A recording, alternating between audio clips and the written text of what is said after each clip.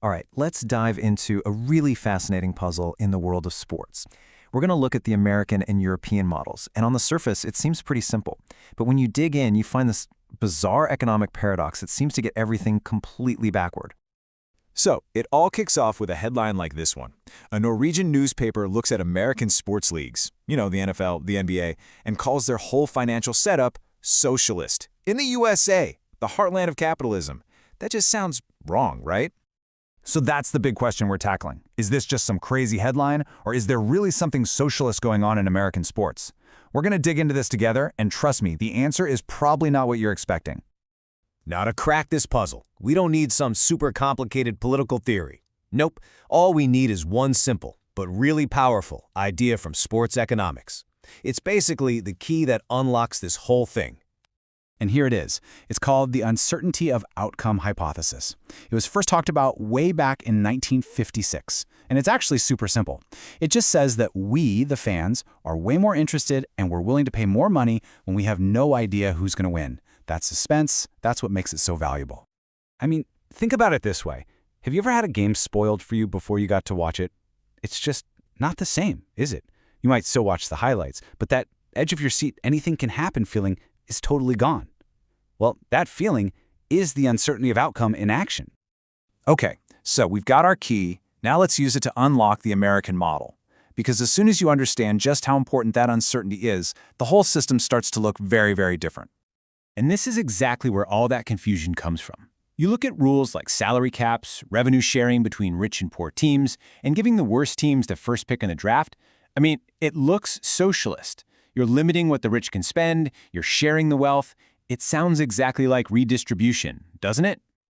But here's the big twist. This has absolutely nothing to do with socialist ideals. Not even close. In fact, it's the complete opposite. These rules are actually tools of pure, hardcore capitalism. And they're designed for one thing, and one thing only, to make as much money as possible. So here's how you have to think about it. An American sports league isn't just a bunch of rivals. It's a business cartel. Seriously, just like OPEC controls oil. All the teams agree to give up some of their own freedom, like how much they can spend on players, to protect the value of the product they're all selling. And what's that product? Exciting, unpredictable games that keep all of us watching and paying. But it's not just about making every single game a 50-50 coin toss. That would be boring too.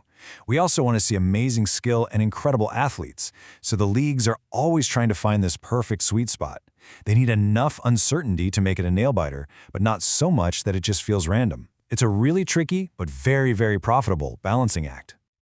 Okay, so that's America. Now let's hop across the Atlantic to Europe, where they basically throw that entire rulebook out the window. All those things we just talked about, salary caps, drafts, they barely exist. So you gotta ask, are they even playing the same economic game over there?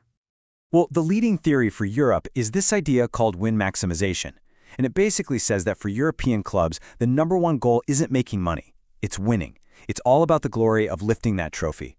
And they'll often spend insane amounts of money risking financial disaster just for that shot at victory.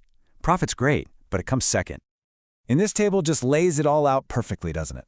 In the US model, the primary goal is maximizing the league's profit. They do it with regulation to create parity, and the outcome is usually financial stability. In Europe, the goal is maximizing a single club's trophy cabinet. It's a free-for-all for dominance, and that often leads to huge financial risks. Two totally different philosophies. Now, it's only fair to point out that the author of our source material here is a little skeptical of this whole win maximization theory. He kind of questions whether Europeans and Americans really have such fundamentally different desires when it comes to sports. It's a great reminder that, this is still something economists are actively debating.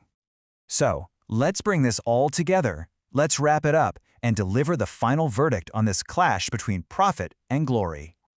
So first, and most importantly, let's put that socialist idea to bed once and for all. It's a complete misunderstanding of what's actually going on. The rules might look like they're about sharing the wealth, but they're really just clever capitalist tools designed to protect the league's bottom line. So here's what it all boils down to. The key takeaway.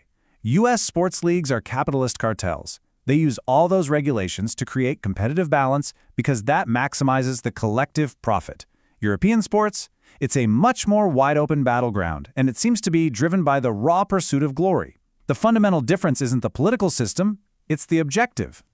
And that leaves us with a huge question for the future. With billions and billions of dollars from all over the globe flooding into sports, which one of these models is ultimately going to win out? Will the stable, profit-first American cartel model take over? Or will the passionate, high-risk, all-for-the-trophy European way prove to be more powerful in the long run? What do you think?